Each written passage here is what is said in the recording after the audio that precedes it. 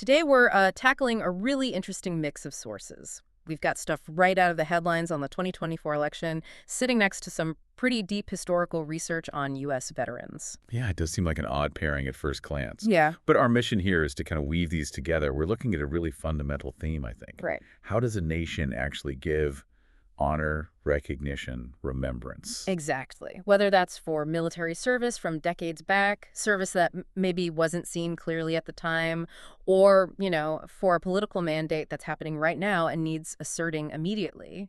We want to show you how both history and current events often hinge on this fight to legitimize a legacy. Mm-hmm. And we'll walk you through the emotional weight of that historical context, specifically the Korean War, and then pivot to show how those same ideas about fighting for legitimacy, but, with billions of dollars and real institutional power on the line, are playing out right now. Okay, let's unpack this then. Let's start with the history, with the service and sacrifice in what people call the Forgotten War. When you look at the sheer numbers from the Korean War, calling it forgotten feels, well, pretty jarring. Our sources mention about 54,246 total U.S. dead. Right, with 33,000 of those killed in battle itself. And that's part of a much larger picture, something like 4 million casualties across all sides involved. I mean, that level of loss, that's significant. It's anything but small. But the fascinating question is why it got forgotten, right? This wasn't World War II. The Truman administration specifically framed it differently as a limited conflict, a police action. Ah, okay, so that framing was deliberate. Very deliberate. Yeah. And that label, it really shaped public perception. And crucially, it affected how veterans were recognized, or maybe not recognized, and the benefits they received initially. So because it wasn't seen as this total all-out war, there wasn't that unifying national purpose you saw in 45. No big, clear victory moment that everyone rallied around. That's exactly right. Yeah. Veterans often came back one by one, due to troop rotations, not on massive victory ships. They returned to, apathy, really. The sources we have paint a pretty bleak picture. Yeah, I saw some examples. There's a Wisconsin veteran, Larry Gittleson. He gets back, tells someone, well, I'm back. Another response. From where? And then almost immediately after, so what do you think about the Cubs this year? Just erased, the service completely ignored. Wow, that's chilling. That kind of a difference, it really hits home. And you feel that isolation, that neglect. There's another veteran mentioned, Elroy W. Roeder. He said he actually took his uniform off as soon as he got home because people would look down at you. And he specifically said his return felt just like Vietnam, which tells you that kind of hostility or neglect wasn't just a later thing. Korean War vets faced it too, fighting a war maybe the public didn't fully grasp. And that historical failure, that lack of recognition, that's exactly why the Honor Flight Network was eventually created decades later. It's a direct response, an organized grassroots effort to give them the honor they were denied. The origin story is actually quite powerful. It was co-founded by Earl Morse, who is a physician assistant at a VA clinic in Ohio. Right. So the World War II Memorial opens in D.C. in 2004, and he starts asking his WWII vet patients, are you going to go see it? Now, what did they say? They basically said they couldn't afford it, didn't have the physical support needed for the trip. One vet apparently put it very bluntly. Reality set in, they were never going. So Morse realized these heroes needed more than just thanks. They needed practical help, structural support. That first flight, I think it was 2005, had just 12 veterans. Volunteer pilots flew them. Amazing. And it just grew from there. Exponentially. Today, the mission prioritizes WWII veterans first, then terminally ill veterans from any era, and then Korean War, Vietnam, and veterans of later conflicts. They've flown over 317,000 veterans to D.C. now, all at no cost to the vets. And the sources really stress that the whole experience is meant to be like the welcome parade they never got back then.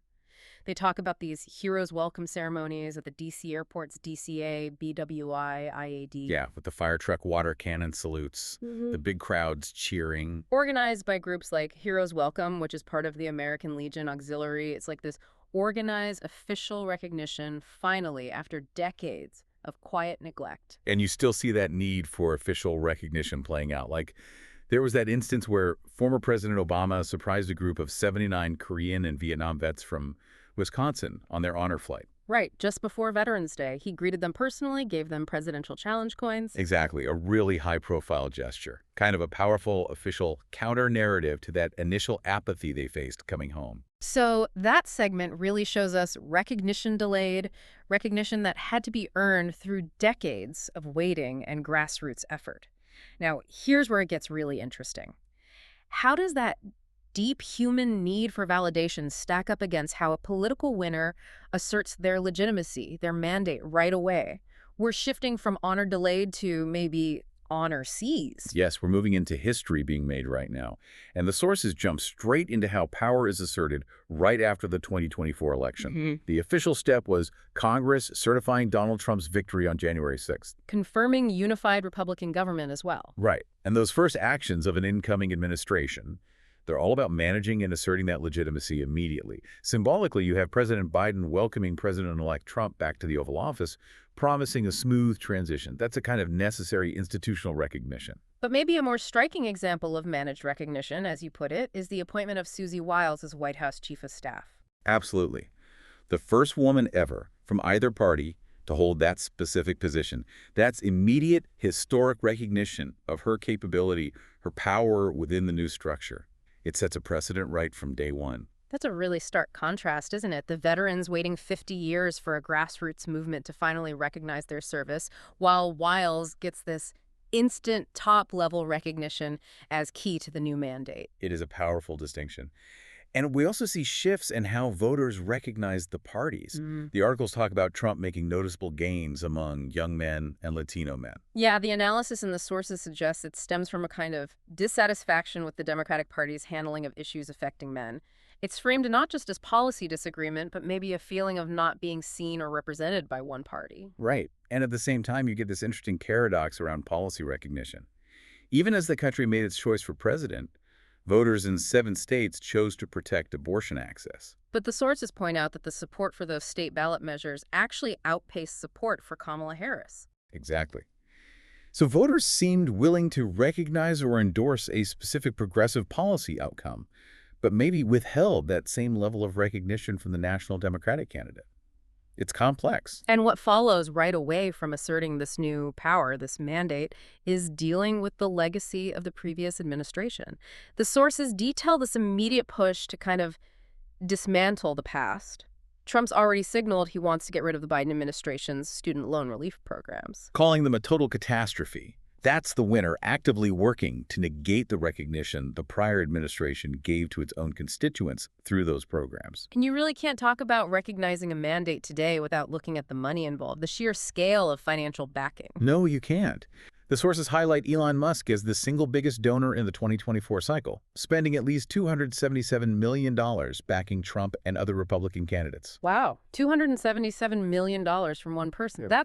That's recognition being bought, or at least heavily influenced, on an unprecedented scale, asserting financial power right into the political equation. Meanwhile, you see the other side, the Harris campaign, which raised over $1 billion itself. Still huge numbers. Still huge, yes.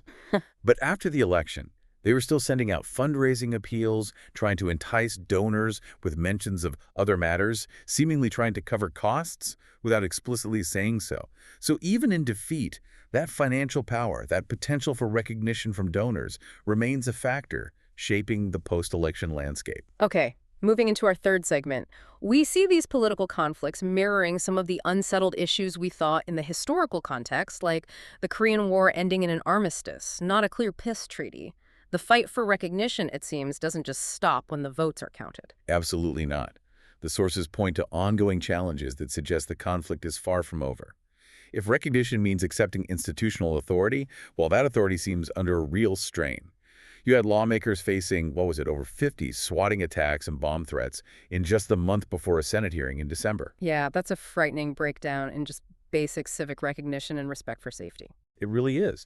And despite a certified election result, these election conspiracies just keep going.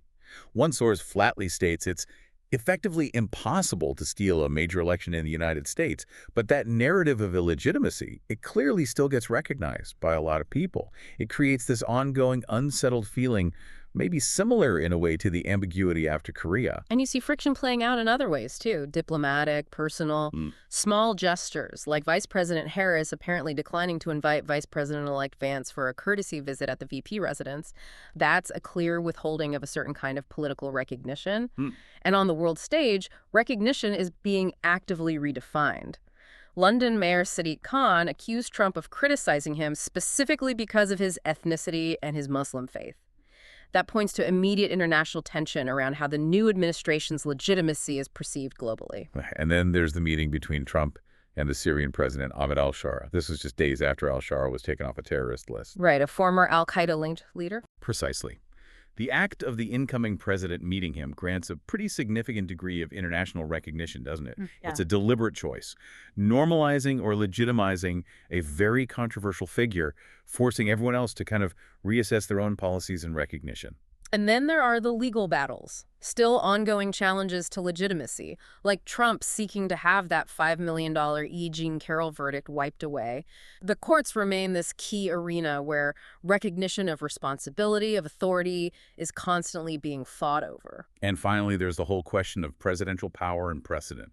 Even with unified government control, the sources note that cabinet nominees might still face real opposition. But the thing experts seem particularly focused on is the potential move to adjourn Congress just to make recess appointments. Why is that specific maneuver getting so much attention in this context of recognition and power? Well, because it cuts to the heart of institutional recognition, of checks and balances. Experts are warning that actually doing that would create a new precedent. It would fundamentally change how presidents view their power going forward, essentially bypassing the Senate's confirmation role. So it's an assertion of executive power that demands recognition of presidential authority in a way that could permanently shift the boundaries of the office itself. Exactly. It forces a recognition of expanded presidential power, potentially. So, wrapping this all up, what does it mean for you listening? We've journeyed through two really different examples of national impact, a war from decades ago, an election just finished. But underneath both, you find these same fundamental human drivers. The need to be seen, to be honored, to have a legacy that isn't just swept aside or forgotten. Yeah, the sources really show that honor, that recognition, it's rarely just handed out automatically. It seems it has to be actively managed, sometimes fought for. Whether it's the Korean War vets waiting half a century for an honor flight and a proper hero's welcome, or an incoming administration immediately working to establish its mandate through historic firsts, policy reversals, maybe even setting these potentially huge new precedents for presidential power. Recognition looks like a constant, often expensive, and sometimes painful negotiation. So here's something to think about. In an age where political wins are instantly met with claims of illegitimacy, where you see these massive financial plays and serious security threats against government figures, what current event beyond the 2024 election stuff we just discussed might future historians look back on as the next forgotten war? The next major event or struggle that our society right now is maybe failing to properly see or recognize? Something for you to mull over.